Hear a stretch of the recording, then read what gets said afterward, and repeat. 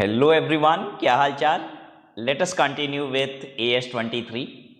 तो last class में आपने बेसिक बातों को तो समझ लिया AS23 के। अब आज कुछ एडवांस प्रॉब्लम करेंगे और अकॉर्डिंगली बाकी जो बैलेंस कॉन्सेप्ट है वो हम सीखते भी जाएंगे। चलिए शुरू कर लेते हैं।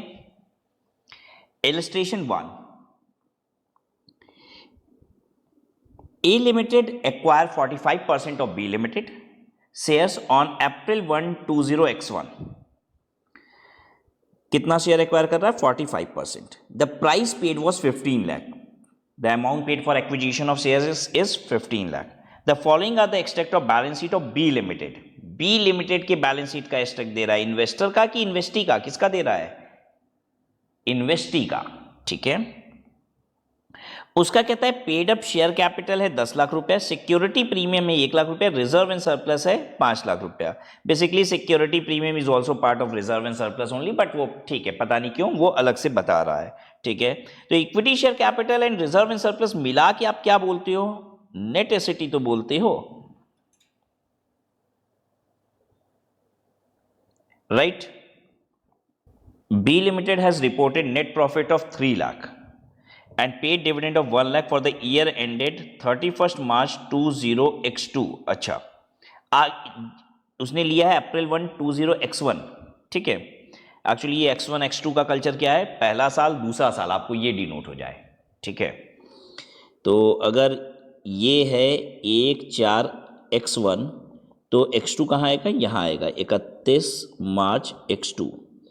इस साल का प्रॉफिट था 3 लाख रुपया, जिसमें से 1 लाख रुपए की डिस्ट्रीब्यूशन हुई है। ठीक है, calculate the amount at which investment in B limited should be shown in the consolidated balance sheet on 31 March 20x2। यहाँ पे इन्वेस्टमेंट की वैल्यू क्या दिखाई देगी? तो मैंने आपको बताया था कि देखिए, सबसे पहले तो हम इन्वेस्टमेंट को क्या करते हैं, नेट एसेट और गुडविल ऑब्लिक कैपिटल रिजर्व में स्प्लिट कर लेते हैं। ठीक है, फिर उसके बाद कंपनी ने जितना प्रॉफिट कमाया उसको हम बेसिकली उससे हम क्या करते हैं, बढ़ा देते हैं। जितना भी प्रॉफिट कमाया कंपनी ने उसमें एक इन्वेस्टर का जितना हिस्सा होता है उतने से इन्वेस्टमेंट की कॉस्ट को बढ़ा देते हैं। अगर कुछ डिविडेंड मिल जाए तो उतने से घटा भी देते हैं। ठीक है, अच्छा, इतना प्रॉफिट कमाया, इतना डिविडेंड पे किया गया। ठीक है, ये सब कुछ कब हुआ है? 31 मार्च 20x2 में ही, मतलब उसी साल हो गया है। ये नहीं कि डिविडेंड अभी पे नहीं हुआ है, बाद में होगा, ऐसी बात कर रहा है। ठीक है, अच्छा, लास्ट क्लास में मैंने आपको एक बात बताई थी कि डिविडेंड जो पे हो रहा है वो लास्ट ईयर के रिस्पेक्ट में पे हो रहा है। हाँ, जब डिविडेंड वर्ड यूज करेगा तो आप यही मानेंगे कि लास्ट ईयर के रिस्पेक्ट में ही पे हो रहा है। ठीक है, लेकिन इस बात का भी आपको बहुत अच्छे से ख्याल रखना पड़ेगा कि इंटरिम डिविडेंड नाम की भी कोई चीज होती है। इंटरिम डिविडेंड क्या होता है? ड्यूरिंग द ईयर प्रॉफिट कमाया गया और ड्यूरिंग द ईयर ही उसको पे भी कर दिया गया। मतलब कंपनी क्या करती है, देखती है कि अच्छा 3 महीने में हमने इतना प्रॉफिट कमा लिया, तो एक काम करते हैं, चलो इतना डिविडेंड ऑलरेडी बांट देते हैं। तो कंपनी कभी कभी ड्यूरिंग द ईयर जो प्रॉफिट कमाती है उस पर भी डिविडेंड दे देती है। तो that's called interim dividend, right. तो ये लास्ट ईयर के रिस्पेक्ट में नहीं है, राइट। तो ये वाला जो डिविडेंड होगा, अगर आपने करंट ईयर में शेयर खरीदा है और आपको इंटरिम डिविडेंड मिल रहा है, तो it's not in pre acquisition dividend. आप कहीं नोट भी कर सकते हैं कि interim dividend will not be in pre acquisition dividend, क्योंकि इंटरिम डिविडेंड करंट ईयर के प्रॉफिट पे ही हमको आ रहा है और करंट ईयर में हमने शेयर खरीद रखा है, राइट। तो चलिए इसको सॉल्व करते हैं हम लोग। कंपनी ने 45% खरीदा है 15 लाख रुपए में। Net asset of the company कितनी है? इलस्ट्रेशन 1 आप एग्जाम में कैसे सॉल्व करेंगे, बिल्कुल उसी तरीके से मैं सॉल्व कर रहा हूं, आप भी मेरे साथ साथ लिखिए। सबसे पहले आप करेंगे calculate net asset of B limited. आपको बी लिमिटेड का नेट एसेट निकालना पड़ेगा। कैसे निकलेगा? आप लिखेंगे paid up equity share capital 10 lakh rupees, then आप लिखेंगे plus security premium plus reserve and surplus 1 lakh और 5 लाख। ठीक है, ये टोटल कितनी हो गई? 16 लाख रुपया।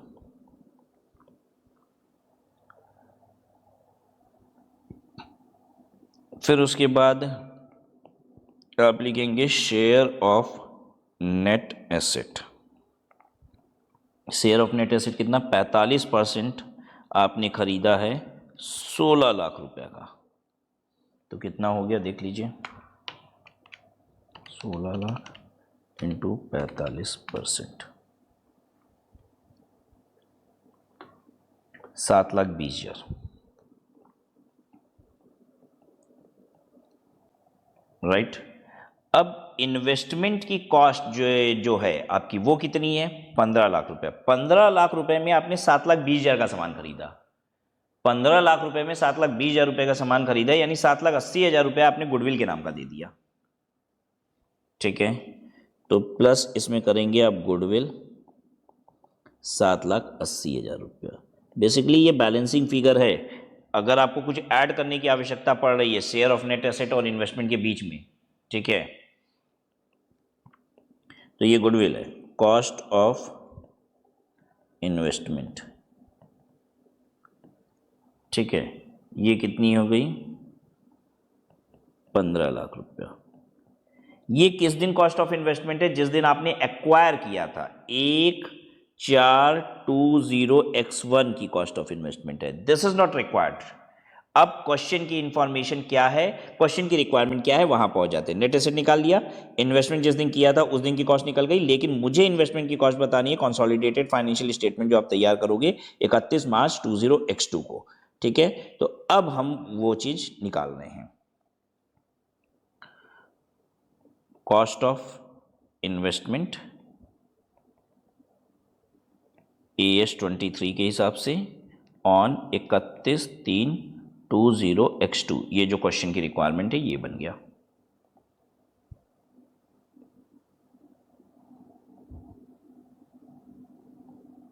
ठीक है,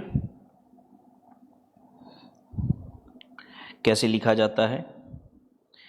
जो अभी चल रही थी कॉस्ट वो आप उठा लीजिए, share of net asset which is 7,20,000, फिर उठाइए गुडविल 7,80,000,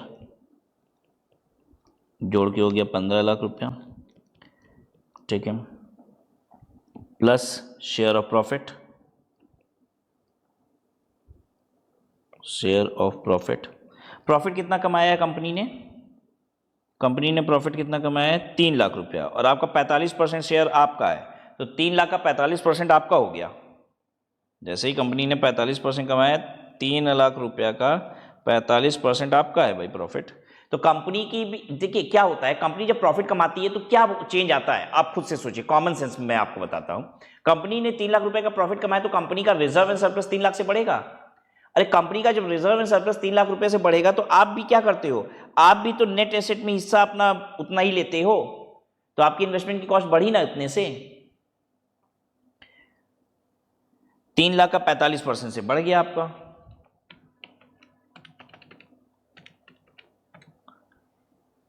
1,35,000। लेकिन जितना उस प्रॉफिट में से आपको मिल जाएगा उतना तो वो आपका पीएल में चला जाएगा, उतना प्रॉफिट पीएल में चला जाएगा, तो आप इन्वेस्टमेंट की कॉस्ट को कम कर दोगे।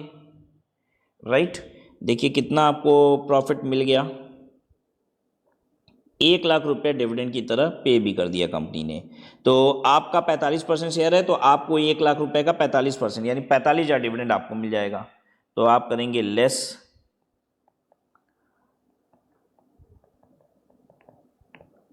डिविडेंड, 1 लाख का 45%, 45,000, 1,35,000 जोड़िए, 45,000 रुपया घटा दीजिए। ठीक है, 15,90,000 रुपये। ये हो गया कैरिंग अमाउंट ऑफ इन्वेस्टमेंट। यहाँ पे भी हमको कॉस्ट ऑफ इन्वेस्टमेंट नहीं लिखना चाहिए था, कॉस्ट तो इतनी ही थी, कैरिंग अमाउंट है ये। अब बैलेंस शीट में कितने का कैरिंग होगा, carrying amount of investment, carrying amount of investment on 31/3/20x2। ठीक है,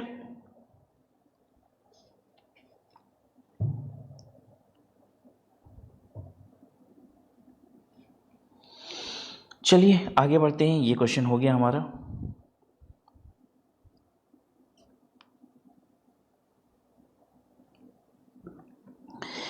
steps acquisition in case of associate. Step acquisition का मतलब ये होता है कि एक बार में आपने पूरे शेयर नहीं खरीदे, आप टुकड़े में खरीद रहे हैं शेयर। पहले आपने 12% खरीदा, फिर हो सकता है 8% खरीदा, तो जिस समय 20% हो गया उस समय एसोसिएट हो गया कंपनी आपका। An enterprise having share of profit of more than 50% in other company, they are said to be parent subsidiary relationship, मालूम है। However if the share of profit is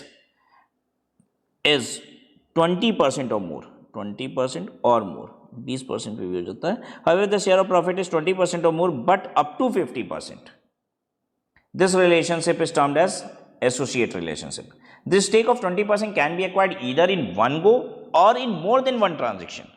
The share of stake can be increased further, say from 25% to 30%. Adjustment should be made with each transaction. चलिए, conversion from a passive investor to an associate in the same year. What do you mean by passive investor? Passive investor का मतलब होता है वो investor जो सिर्फ पैसे लगा के बैठा हुआ है, कोई पार्टिसिपेशन नहीं लेता है डे टू डे डिसीजन में, मतलब छोटा इन्वेस्टर आप ऐसे कह सकते हो। तो आप एक पैसिव इन्वेस्टर थे, ठीक है, कम पैसा लगा के बैठे थे, अब आप एसोसिएट बन रहे हो इन द सेम ईयर, तो क्या होगा, जैसे A limited acquired 10% stake of B limited on April 1 and फिर 15% फिर ले लिया उसने October 1 को and 15% on October 1 during the same year. Other information is as follows. Cost of investment 10% का 1 लाख रुपया थे और 15% की कॉस्ट ऑफ इन्वेस्टमेंट 1,45,000 थी। नेट एसेट 1 अप्रैल को 8,50,000 था, October 1 को जब 15% शेयर लिया तो था 10 लाख रुपया। मैं कलरिंग कर देता हूं, 10% 1 लाख में आया और उस दिन नेट एसेट थी 8,50,000, ठीक है। दूसरा हिस्सा है 15% 1 अक्टूबर को आया, उस दिन 1,45,000 में आया और नेट एसेट थी 10 लाख रुपए की, ठीक है। तो पहले पीला वाला करते हैं, येलो वाला। April 1 को आपने 10% शेयर लिया है, ठीक है, और नेट एसेट है 8,50,000 रुपए की, तो यानी आपका शेयर ऑफ नेट एसेट कितना है, शेयर ऑफ नेट एसेट कितना है, शेयर ऑफ नेट एसेट हो जाएगा मेरा 8,50,000 इंटू 10%, यानी 85,000। लेकिन मैंने खरीदा कितने का, मैंने खरीदा तो 1 लाख रुपए का, यानी 15,000 रुपए क्या कहलाएगी, गुडविल, 15,000 रुपए गुडविल हो गई। नाउ October 1 में कैलकुलेशन करते हैं। October 1 में शेयर ऑफ नेट एसेट कितना होगा, 10 लाख का 15%, 10 लाख का 15% कितना हो गया, share of net asset 10 lakh का 15% 1.5 लाख रुपया, हाँ 1.5 लाख रुपया यहाँ पे लिखा हुआ है, 1.5 लाख रुपया share of net asset 1.5 lakh रुपया हो गया। आपने खरीदा कितने का है, आपने खरीदा है 1,45,000 रुपए का, तो कैपिटल रिजर्व हो जाएगा 5,000 रुपए का। आपने तो सस्ते का खरीदा है ना, तो कैपिटल रिजर्व हो जाएगा 5,000 रुपए का। इसको प्रेजेंट कैसे करते हैं, हमने आपको इस तरीके से सिखाया है। हम कहते हैं शेयर ऑफ नेट एसेट आप लिखेंगे कितना, 1,50,000 माइनस करेंगे यहां से कैपिटल रिजर्व, ठीक है, कितना हो गया 5,000, और फिर आ जाएगा आपका कॉस्ट ऑफ इन्वेस्टमेंट, कितनी आ जाएगी, कॉस्ट ऑफ इन्वेस्टमेंट 1,45,000। अच्छा, अभी आपका गुडविल आया था, पहले क्या आया था, गुडविल आया था 15,000 रुपए का, अब आ रहा है कैपिटल रिजर्व। आपको भी पता है गुडविल कैपिटल रिजर्व एकदम इनवर्स है, ठीक है, और अकॉर्डिंगली एक बैलेंस शीट में गुडविल कैपिटल रिजर्व दोनों नहीं हो सकता है, this has to be adjusted, ठीक है। आपको भी पता है कि गुडविल और कैपिटल रिजर्व जस्ट हम रिवर्स बात यहाँ पे कर रहे हैं, ठीक है। अगर आपने सस्ते में शेयर खरीदा कैपिटल रिजर्व, महंगे में खरीदा गुडविल, तो इन दोनों को आपस में हम एडजस्ट कर देंगे। हम कहेंगे फाइनली मेरी गुडविल कितनी, 10,000,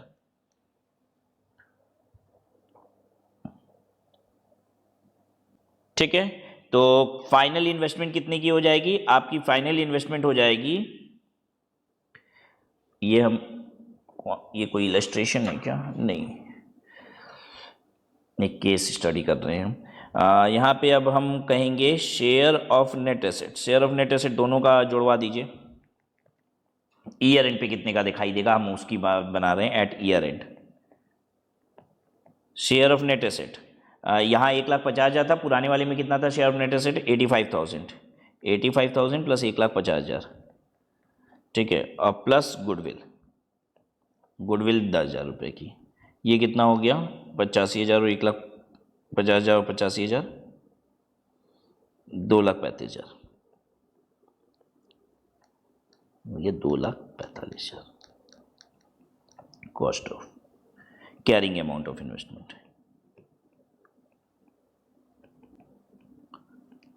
ईयर एंड पे इतने रुपए का दिखाई देगा, हालांकि यही कॉस्ट भी है, ठीक है। अभी प्रॉफिट ऑफिट तो हम जोड़े नहीं है इसमें, तो यही कॉस्ट ही है। और एक्चुअल में आपकी कॉस्ट थी भी कितनी है आप देख लीजिए, 1,00,000 रुपया एक बार लगाए थे, 1,00,000 रुपया एक बार लगाए थे, 1,45,000 दूसरी बार लगाए थे, 2,45,000 लगाए थे, ये आ गया 2,45,000। हालांकि जब 31 मार्च को हम ईयर एंड पे वैल्यू निकालेंगे तो प्रॉफिट वगैरह भी जोड़ देंगे, राइट। तो अभी सिंस ये फिगर दी नहीं हुई है तो हमने उसके पहले ही बताया कि ईयर एंड पे ये वैल्यू आ जाएगी, 2 बार एक्वायर किया हुआ है तो उसकी कैलकुलेशन। फिर अब देखिए, conversion from passive investor to an associate in the same year case 2। अब क्या है, 10% स्टेक था बी लिमिटेड में ऑन अप्रैल 1, फिर 15% फिर लिया गया अक्टूबर 1 को। 10% जिस समय लिया गया था उस समय 1,00,000 रुपए की इन्वेस्टमेंट ली गई, 15% जब लिया गया तो 1,55,000 का लिया गया, दोनों दिन नेट एसेट कितनी थी ये बताई गई। तो चलिए ठीक है, इस बार हम लोग पिंग कर लेते हैं पहले वाले को, 10% 1,00,000 रुपए में लिया गया, 8,50,000 का नेट एसेट था। दूसरा केस ले लेते हैं ऑरेंज केस, 15% लिया गया जिस 1,55,000 रुपये में, जिस दिन 10,00,000 रुपए की नेट एसेट थी। तो पहले वाले केस को करते हैं, 10% यानी 85,000, 15,000 रुपये की गुडविल आएगी, ठीक है ना। अब जल्दी जल्दी कर सकते हो ना, 85,000 रुपये की नेट एसेट में शेयर ऑफ नेट एसेट हुआ और 15,000 रुपये की गुडविल हो गई। दूसरा केस क्या है, 10,00,000 का 15%, यानी कि 1,50,000 रुपये का शेयर ऑफ नेट एसेट हुआ, 10,00,000 का 15%, अब 1,55 मिली है तो 5,000 गुडविल हो गई। तो अब यहाँ गुडविल जोड़ दी जाएगी, 15,000 5,000 20,000 रुपये गुडविल हो जाएगी, ठीक है। अगर दोनों बार कैपिटल रिजर्व आता तो दोनों कैपिटल रिजर्व जोड़ देते हैं, ठीक है।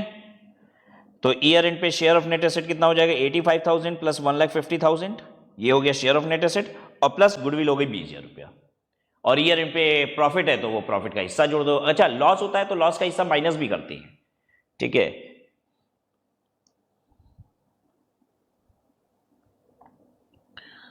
आइए चलिए आगे दिखाते हैं आपको। Further acquisition in an associate in the same year, A limited ने एक्वायर किया 25% stake of B limited on April 1, और फिर फर्दर ये 5% और ले लिया, ठीक है, अच्छी बात है। कॉस्ट ऑफ इन्वेस्टमेंट 25% का 1,50,000 रुपया है, और फिर 5% का 20,000 रुपये है, अच्छा ठीक है। नेट एसेट ऑन अप्रैल 1 5,00,000 रुपए की है, और प्रॉफिट फॉर द ईयर है 90,000 earn in the ratio of 2:1। अच्छा, ड्यूरिंग द ईयर 90,000 रुपए का प्रॉफिट कमाया गया है 2:1 के रेशियो में। 2:1 वो क्या बताना चाहता है कि 1 अप्रैल से सितंबर तक 90,000 को पहले 2:1 में डिवाइड करो तो ये हो जाएगा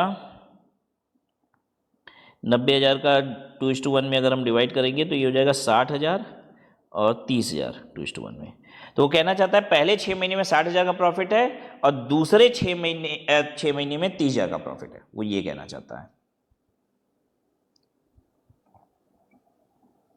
ठीक है। तो एक बार हम एक काम करते हैं, इसको पूरा डायग्राम पे प्रेजेंट कर देते हैं ताकि आपको बहुत क्लैरिटी आ जाए इसकी, ठीक है, नहीं तो आप परेशान भी हो सकते हैं। केस 3,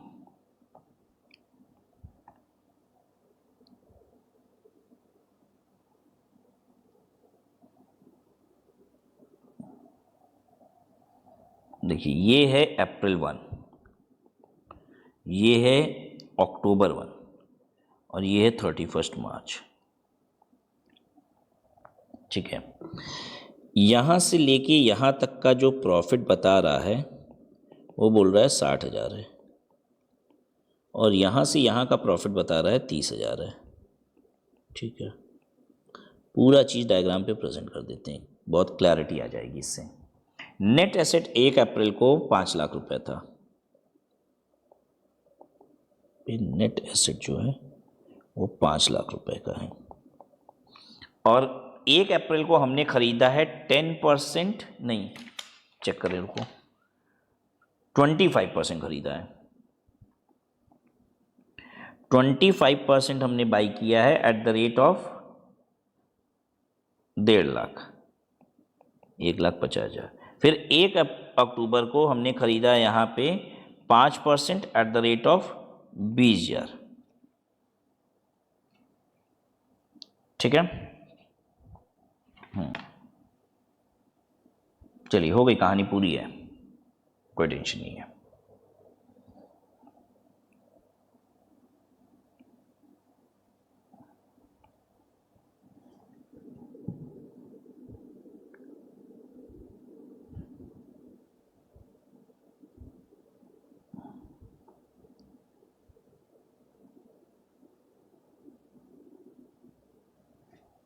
चलिए स्टार्ट कीजिए। कॉस्ट ऑफ इन्वेस्टमेंट 1 अप्रैल वाला, 1 अप्रैल वाला। शेयर ऑफ नेट एसेट बताइए। Share of net asset 5 lakh का 25%, 5 लाख का 25% हो जाएगा 1,25,000। ठीक है, कितने में खरीदा गया है? 1.5 लाख रुपया, तो 25,000 गुडविल हो गई, प्लस गुडविल 25,000, 1,50,000। ठीक है, अब निकालिए कॉस्ट ऑफ इन्वेस्टमेंट 1 अक्टूबर वाला। ठीक है, 1 अक्टूबर वाला cost of investment. Share of net asset 5 lakh गुड़े 5%, 25,000। ठीक है, और कितने में खरीदा है? मात्र 20,000 में खरीदा है, तो कैपिटल रिजर्व हो गया, कैपिटल रिजर्व हो गया 5,000। ये हो गया फाइनली 20,000 रुपया का इन्वेस्टमेंट की कॉस्ट। ठीक है, और गुडविल कैपिटल रिजर्व एडजस्ट कर देंगे तो कितना हो जाएगा?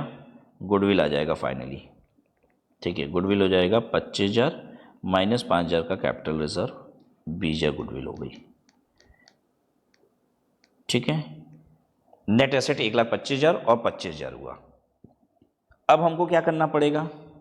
अब हमको 31 मार्च की कैरिंग अमाउंट निकालनी होगी। अब यहाँ वाला हम निकाल लिए, यहाँ वाला हो गया काम, यहाँ वाला हो गया काम। अब बच्चों हम आएंगे यहाँ वाले पे, 31 मार्च वाले पे।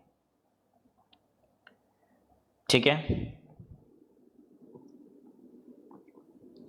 31 मार्च वाले के लिए कैसे करना है? चलिए अब बना लीजिए, carrying amount of investment on 31 मार्च। क्या करते हो आप भाई? पहले तो शेयर ऑफ नेट एसेट लाओ, जोड़ जाड़ के दोनों का, शेयर ऑफ नेट एसेट। पहली बार कितना था? 1,25,000 और दोबारा फिर 25,000 था, तो 1,25,000 प्लस 25,000, 1,50,000। गुडविल कैपिटल रिजर्व दोनों मिला के एडजस्ट होके फाइनली गुडविल बन गई, तो वो ले लिया हमने गुडविल 20,000। नौ, आपको पता है ईयर एंड पे जब हम कैरिंग अमाउंट बनाते हैं तो हमको प्रॉफिट का हिस्सा भी लेना होता है। ठीक है, टोटल प्रॉफिट कितना है साल भर का? प्रॉफिट है 90,000 रुपया, तो शेयर ऑफ प्रॉफिट, और हमारा हिस्सा कितना है? हमारा हिस्सा कितना है? 30%। हमारे पास तो 30% शेयर्स है ना कंपनी के। ठीक है, किस दिन हमने शेयर लिया इस बात से फर्क पड़ता है क्या? नहीं, हमने शेयर थोड़ा सा यहाँ लिया, थोड़ा सा यहाँ लिया, इस बातों से फर्क नहीं पड़ता। अगर हम 31 मार्च को भी हम शेयर लिए होते तो भी कंपनी के पूरे प्रॉफिट में मेरा हिस्सा है। हाँ, इस साल अगर मैंने शेयर लिया है, कभी भी ले लिया हो इस साल मैंने शेयर, तो जितना भी प्रॉफिट है उस पे मेरा हिस्सा बनता है। तो भाई मेरा शेयर ऑफ प्रॉफिट कितना है? 30% of what ever the profit of the company is. What was the profit of the company? कितना बताया क्वेश्चन में? 90,000 is the total profit of the company. 27,000 रुपया। So this becomes total 1,97,000। ठीक है, तो आपने कैरिंग अमाउंट तो परफेक्टली निकाल ली, लेकिन आपको एक बात समझना होगा कि इस क्वेश्चन में क्यों स्प्लिट करके बता रहा था भाई 6 महीने का प्रॉफिट इतना है, 3 महीने का इतना है, क्योंकि आपको इस शेयर ऑफ प्रॉफिट के टुकड़े करके दिखाना पड़ेगा। पुराने शेयर की वजह से कितना प्रॉफिट और नए शेयर की वजह से कितना profit in your consolidated financial statement as per AS 23। ओ, यानी प्रेजेंटेशन ऐसी नहीं हो सकती, आएगा यही finally the share of profit is 27,000 rupees only, but you can not represent this as 27,000। आपको कैसे बताना पड़ेगा? आपको बताना पड़ेगा भाई इस 25% स्टेक की वजह से प्रॉफिट में हिस्सा कितना, फिर ये 5% की वजह से प्रॉफिट में हिस्सा कितना। ठीक है, अब ये 5% का अब ध्यान से समझिएगा। मेरे पास पहले जो 60,000 रुपए का प्रॉफिट है, इसमें मेरा हिस्सा कितना है? इसमें भी मेरा हिस्सा 30% है, इसमें भी मेरा हिस्सा 30% है। ध्यान से समझिए, इसमें जो मेरा 30% का हिस्सा है, उसमें से इस प्रॉफिट में भी मेरा 30% का हिस्सा है, लेकिन इस 30% में से 5% मेरा कैपिटल प्रॉफिट है, क्योंकि ये मेरा खरीदने के पहले का है, और 25% मेरा रेवेन्यू प्रॉफिट है, क्योंकि ये खरीदने के बाद का है। अब बात समझ में, हम कहना क्या चाहते हैं? अरे 30% मेरा इसमें भी हिस्सा है, 30% इसमें भी हिस्सा है, तभी तो 90% का सीधे 30% लिख दिए यहाँ 27,000 रुपया। ठीक है, दिमाग पे जोर पड़ेगा, लेकिन ध्यान से सुनिए। पूरे 90,000 रुपए का 30% मेरा हिस्सा है, हाँ पूरे 90,000 का 30% हिस्सा है। अब हम अलग अलग बात कर रहे हैं, क्योंकि मुझे अलग अलग करके ही प्रेजेंट करने की आवश्यकता है यहाँ पे, क्योंकि मैंने 2 बार शेयर्स खरीदे हैं और AS 23 की ये रिक्वायरमेंट है। ठीक है, वो कहेगा प्रॉफिट को कैपिटल रेवेन्यू में बांट के बताइए। तो जो 60,000 रुपए का प्रॉफिट है, इसमें मेरा 30% हिस्सा है, लेकिन 25% रेवेन्यू प्रॉफिट है मेरा, मेरे शेयर लेने के बाद का प्रॉफिट है। मेरे शेयर लेने के पहले का प्रॉफिट होता है ना, तो उसको हम बोलते हैं ये कैपिटल प्रॉफिट है। शेयर लेने के पहले का प्रॉफिट होता है, 5% लेने के पहले का ही प्रॉफिट है। ये 5% हमने लिया तो यहां पे, तो उसके पहले का प्रॉफिट है ये 60,000 रुपया। तो 30% में से बोलेंगे 5% कैपिटल प्रॉफिट और 25% रेवेन्यू प्रॉफिट। अब इस 30% में से कितना कैपिटल और रेवेन्यू है? पूरा 30% शेयर पहले का ही है, इस प्रॉफिट के पहले का ही है, तो पूरा का पूरा हो जाएगा रेवेन्यू प्रॉफिट। क्या ये समझ में आया सबको? हाँ, आसान सी बात है सर, समझ गए हैं। ठीक है सर, पहले वाले 60,000 रुपया में शेयर 30 हिस्सा तुमको 30% मिल रहा है, क्योंकि प्रॉफिट में हिस्सा कितना होता है? जितना आपके पास शेयर की होल्डिंग होती है, यहां पे आपकी 30% होल्डिंग है। ठीक है, so your share of profit is 30% of entire 90,000। Please holding कौन सी मल्टीप्लाई करेंगे प्रॉफिट में? जो ईयर एंड पे होती है। अगर मेरे पास साल के अंत पे 30% होल्डिंग है, तो मेरा पूरे साल के प्रॉफिट पे 30% शेयर बनता है, राइट। लेकिन इस 60,000 रुपए जिस समय का प्रॉफिट है, उस समय सर शेयर मेरे पास थे 25%। तो ठीक है, कोई बात नहीं, 25% रेवेन्यू प्रॉफिट है, बाकी जो बचा वो कितना है? कैपिटल प्रॉफिट है। फिर जब ये 30,000 रुपए का प्रॉफिट आया, इस पीरियड में मेरे पास कितना शेयर था? 30% था सर उस समय। तो इस पीरियड में मेरे पास 25% और 5% 30% पूरा था, इसलिए पूरा का पूरा प्रॉफिट क्या है? रेवेन्यू प्रॉफिट है। अब बात समझ में आ रही है सबको?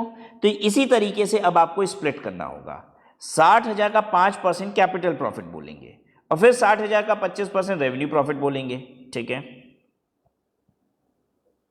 तो देखिए इसको प्रेजेंट ऐसे नहीं करना है। ठीक है, प्रेजेंटेशन ऐसे नहीं होगा, प्रेजेंटेशन रॉन्ग है, प्रेजेंटेशन रॉन्ग। ओ हो, आंसर करेक्ट है, आंसर करेक्ट है।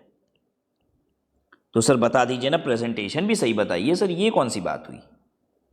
तो कैसे करते हैं अब हम लोग? देखिए, carrying amount of investment,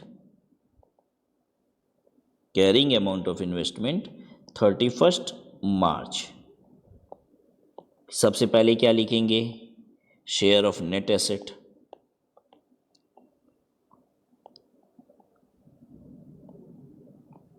net asset कितना आ रहा था? शेयर ऑफ नेट एसेट, ये तो यहीं से छापू ना जल्दी से, 1.5 लाख, और फिर goodwill 20,000। Share of net asset मिला के 1.5 लाख। Goodwill plus goodwill 20,000। अब उसके बाद देखिए प्लस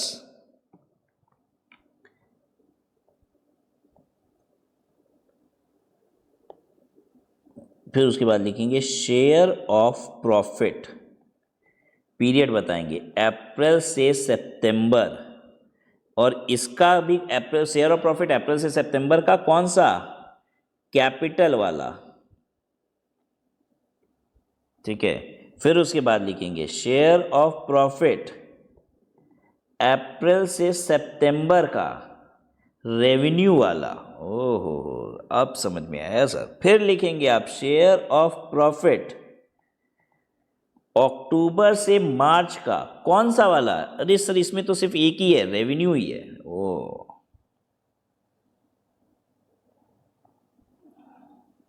ठीक है, निकालिए अब।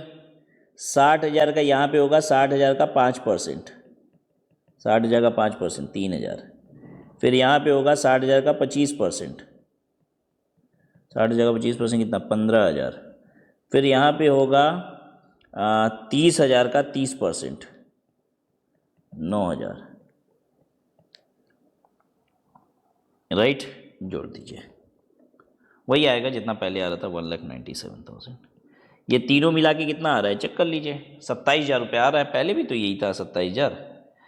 तो इसीलिए मैंने पहले आपको इस तरीके से करके दिखाया, ताकि आपको क्लियर में बात आ जाए। इतना हम आपको करते तो आपको लगता कि पता नहीं क्या क्या हो रहा है। अब आपको बात समझ में आ गई है यार, सिंपल सी बात है। प्रॉफिट का हिस्सा उतना ही होता है जितना सर ने बताया, साल भर में जो कमाया उसमें जितनी होल्डिंग है मल्टीप्लाई कर दीजिए, वही है share of profit. But presentation के लिए हमको क्या करना पड़ेगा, हमें प्रेजेंटेशन के लिए कैपिटल रेवेन्यू प्रॉफिट में डिवाइड करना पड़ेगा। तो पहले वाले 6 महीने में कैपिटल प्रॉफिट रेवेन्यू प्रॉफिट भी है, और दूसरे वाले में सिर्फ रेवेन्यू प्रॉफिट है, तो पूरा बाइफरगेट करके हमें दिखाना पड़ेगा, ठीक है। चलिए, तो बिल्कुल ऐसे ही यहाँ भी प्रेजेंट किया हुआ है। यहाँ पे लिखता है, देखिए यहाँ से बेसिकली उसने शुरू किया है कैलकुलेट करना। 1,25,000 नेट एसेट पहले दिन, फिर ये 25,000 रुपया, फिर उसके बाद ये कैपिटल प्रॉफिट रेवेन्यू प्रॉफिट 10, ठीक है। उसका आया 177। वो भूल गया अभी एक चीज़, गुडविल जोड़ना भूल गया, जो यहाँ पे उसने हटाया था, ठीक है। तो that goodwill is to be added, 20,000 का हो जाएगा नेट गुडविल, तो आ जाएगा 1,97,000। तो ये एक मिस्टेक है यहाँ पे, ठीक है, गुडविल एक छूट गया है ऐड होना, राइट। चलिए आइए इलस्ट्रेशन 2 देखिए। A Limited acquired 40% share in B Limited on April 1, 20X1 for ₹10 lakh. 40% share B Limited का लिया है 10 लाख रुपए में, ठीक है। On that date B Limited had 1 lakh equity shares of 10 each fully paid. On that date B Limited had 1 lakh equity share of 10 each fully paid and accumulated profit 2 lakh. अच्छा, तो उसकी टोटल इक्विटी शेयर कैपिटल और reserve and surplus बता रहा है investee का। Investee का 1 lakh share 10 रुपए का यानी 10 लाख, एक्यूमुलेटेड प्रॉफिट 2 लाख यानी 12 लाख रुपए का नेट एसेट है, ठीक है। हम लोग कैलकुलेशन शुरू कर दें क्या? हाँ हाँ हाँ, भूल जाएंगे, इससे अच्छा है कि पहले शुरू कर दिया जाए calculation. Illustration 2,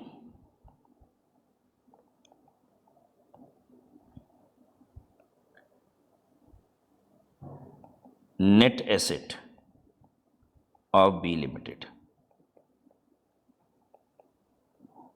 net asset of B limited, equity share capital 1 lakh share बता रहा है 10 रुपए के हैं, तो 10 लाख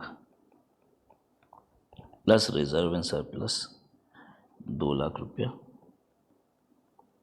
तो ये हो गया 12 लाख रुपया, ठीक है।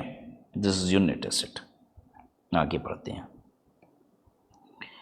During the year X1 X2, अच्छा, during the year X1 X2 मतलब X1 पे वो शेयर लिया था, जिस साल शेयर लिया उसी साल का बता रहा है, ठीक है।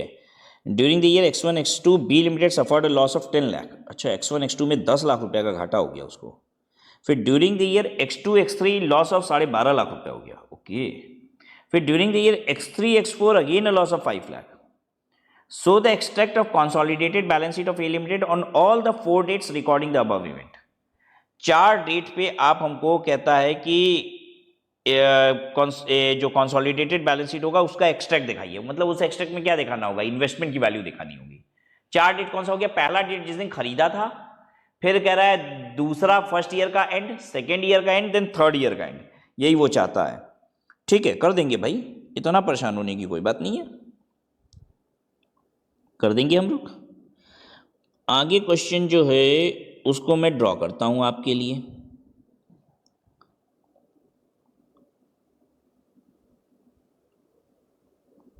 ये देखिए 4 साल बना दिए मैंने,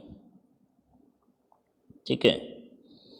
4 साल को, अब वो ईयर 1 ईयर 2 लिखने से अच्छा तो ये है मैं ना 4 रंग का कलर बना दूं, बस आपको भी फटाफट समझ में आ जाएगा। ये ईयर 1 है, ये ईयर 2 है, फिर अब ये ईयर 3 है भाई, और ये रहा ईयर 4। ठीक है, पता नहीं शायद कितने साल का बता रहा था, अभी देखा जाएगा, नहीं तो हटा देंगे फिर थोड़ा सा। कितने साल का, यहाँ पे ईयर 1 पे बोल रहा है ये 14x1 है, 14x1, तो ये क्या हो जाएगा 31/3x2, फिर ये हो जाएगा 31/3x3, ये हो जाएगा 31/3x4। हाँ बस इसके बाद की जरूरत नहीं थी, चलो कोई नहीं। 14x1 पे उसने 40% शेयर लिया है, ठीक है। यहाँ पे 40% स्टेक लिया है at the rate of ₹10 lakh, ठीक है। फिर पहले साल का घाटा कितना बता रहा है, पहले साल का घाटा suffered loss of 10 lakh in X1 X2, X1 X2 में 10 लाख का लॉस है, 10 लाख का लॉस है X1 X2 में। अच्छा, फिर X2 X3 में कितने का लॉस है, 12,50,000 का, 12.5 लाख लॉस है। अच्छा भाई, फिर कितना घाटा है 3-4 में, 3-4 में घाटा है 5 लाख रुपए का, 5 लाख लॉस है।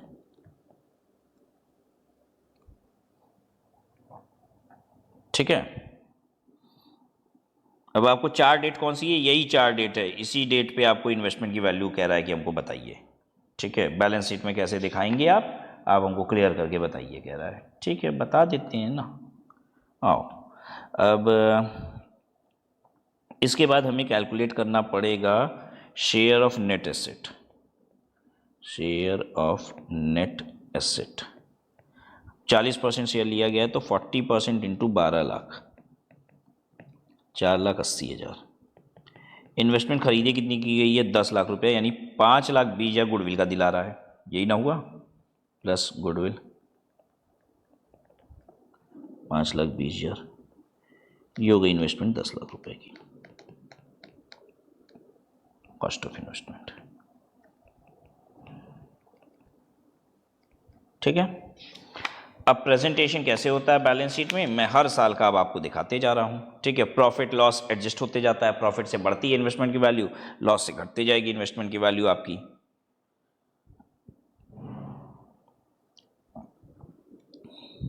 Consolidated balance sheet, extract. Extract कब कहते हैं, जब आप बैलेंस शीट का एक हिस्सा बस दिखाते हो। ठीक है, एज ऑन 14x1, ठीक है। कैसे प्रेजेंट करेंगे आप इसको, आप लिखते हैं अपने बैलेंस शीट में investment in associate as per AS23, right. कैसे दिखाते हैं ये भी आपको पता है भाई, ऐसा थोड़ी ना पहली बार आप देख रहे हैं, आपको पता ही है कैसे दिखाते हैं आप। इसके अंदर आप दिखाते हैं शेयर ऑफ नेट एसेट, आ चुका है, निकाला अभी पीछे देखिए, शेयर ऑफ नेट एसेट 480, ये अभी 1 तारीख का ही था। ठीक है, साल के बिगनिंग पे share of net asset 480, add goodwill, कितने की गुडविल अभी निकाला पीछे आपने, 5,20,000, मिला के हो गया 10 लाख रुपया, हो गया। 1 तारीख को जिस दिन इन्वेस्टमेंट खरीदी गई थी उस दिन की बैलेंस शीट ऐसी दिखाई देगी। अब कब हमको दिखाना है, अब पहले साल के अंत पे बैलेंस शीट में कैसे दिखेगा, फिर दूसरे साल के अंत पे बैलेंस शीट में यही इन्वेस्टमेंट कैसे दिखेगा, फिर तीसरे साल के अंत पे यही बैलेंस शीट में इन्वेस्टमेंट कैसे दिखाई देगी, यही आपको प्रेजेंट करना है। आइए अब अगला बैलेंस शीट बनाते हैं, दूसरे साल का कंसोलिडेटेड, पहले साल के अंत का consolidated balance sheet extract as on 31/3/X2। अब इसमें हम लिखेंगे, बैलेंस शीट के अंदर लिखेंगे investment in associate as per AS 23। ठीक है। अच्छा, जो लॉस होता है वो घटाना होता है, आपको मालूम है पहले साल हमें लॉस हो गया है, कितने का लॉस हो गया है देख लीजिए, लॉस हो गया है पहले साल 10 लाख रुपए का, तो 10 लाख का 40% इक्विटी है इन्वेस्टर के पास, तो 4 लाख रुपए का लॉस इसका बनता है। अब ये 4 लाख रुपए का लॉस घटाया कैसे जाता है, पहले लॉस घटाया जाता है शेयर ऑफ नेट एसेट से, ठीक है, और फिर लॉस घटाया जाता है गुडविल से। प्रेजेंटेशन का ये तरीका है, पहले इसमें से खत्म करिए लॉस, जितना भी लॉस है पहले यहां से एडजस्ट करिए, अगर ना एडजस्ट हो पाए तब यहां से गुडविल से एडजस्ट होगा। तो कैसे करेंगे आइए देख लीजिए प्रेजेंटेशन। हम लिखेंगे शेयर ऑफ नेट एसेट, ठीक है, share of net asset 14x1, जिस दिन आप खरीदे होते हो उस दिन का शेयर ऑफ नेट एसेट आप लिखते हो, हमेशा जिस दिन खरीदे हो वहाँ का शेयर ऑफ नेट एसेट लिखोगे, फिर वहाँ से आप एडजस्टमेंट शुरू करोगे, लिखोगे less share of loss, loss कितना है 10 लाख का 40%, 4 लाख रुपए, तो ये यहाँ से पूरा घट गया तो अच्छी बात है, नहीं घट पाता मान लीजिए 5 लाख का लॉस होता तो 480 ये यहाँ से घटता, फिर 20,000 जो बचा वो गुडविल से घटता, ठीक है।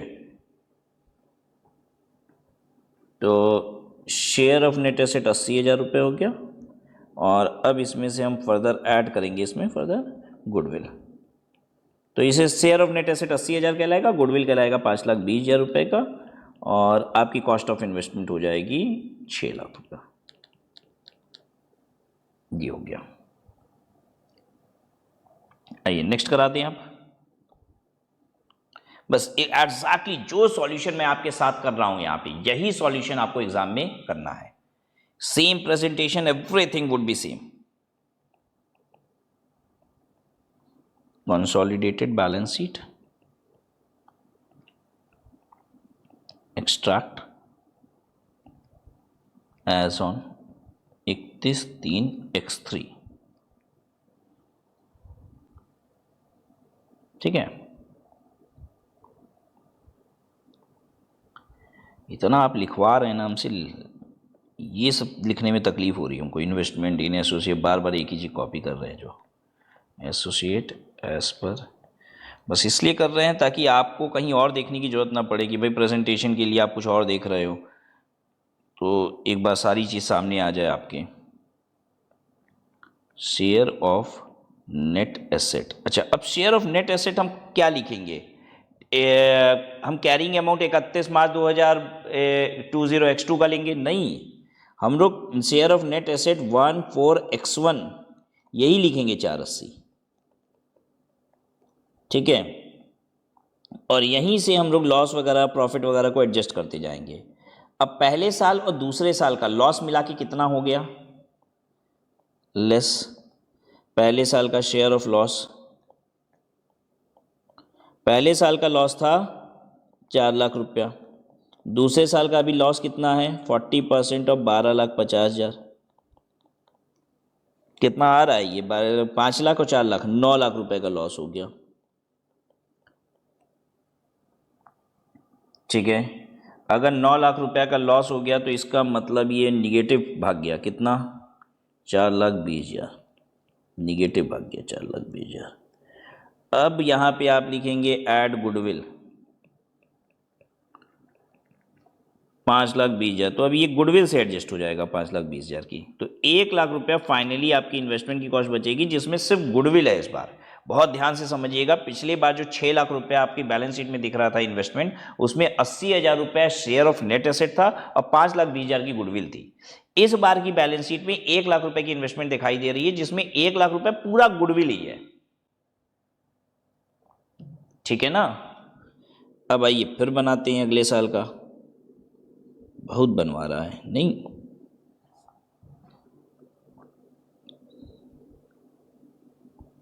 consolidated balance sheet extract as on 31/3/X4।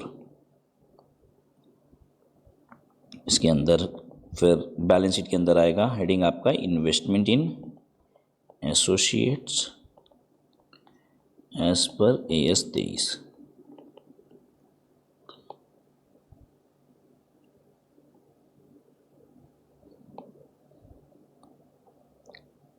Share of net asset 14/X1 4,80,000 less share of loss. अब जैसे 2 साल लॉस था फिर प्रॉफिट था, तो इस बार हम प्रॉफिट की तरफ ऐड करते, लेस ऐड दोनों करते, मतलब पुराने 2 साल वाला लेस करते, इस साल वाला ऐड करते। शेयर ऑफ लॉस तो 9 लाख रुपए अभी तक हो चुका है, ठीक है, पिछले साल तक का, प्लस 40% ऑफ, इस बार 5 लाख है ना, तो 40% ऑफ 5 लाख, तो ये 2 लाख 9 और 2 11 लाख रुपए हो जाएगा। 11 लाख रुपए, तो 11 लाख रुपए जब आप माइनस करोगे तो क्या बचेगा, 6,20,000 ना, हाँ 6,20,000। अब आप कहोगे ऐड कर रहे हैं हम गुडविल। अब गुडविल भाई साहब है कितनी आपके पास, 5,20,000 तो है गुडविल, ठीक है, नील हो गया ये माइनस में, तो इन्वेस्टमेंट की कॉस्ट जाएगी नहीं, नील, इन्वेस्टमेंट खत्म। तो कंसोलिडेटेड बैलेंस शीट 31 मार्च X4 पे इन्वेस्टमेंट की वैल्यू नील है, माइनस में इन्वेस्टमेंट नहीं दिखता है, बस ये आपको याद रखना है, ठीक है। तो सिंस ये पूरा एग्जॉस्ट हो गया, नेट एसेट भी खाली हो गया पूरा, गुडविल भी खाली हो गया, सब अंडा हो गया एकदम से, तो इन्वेस्टमेंट नील पे हो गया वैल्यू। चलिए आज की क्लास को यहीं पे समाप्त करते हैं, हालांकि अभी प्रैक्टिकल प्रॉब्लम और भी रह गए, वो मैं आपके साथ नेक्स्ट क्लास में करूँगा।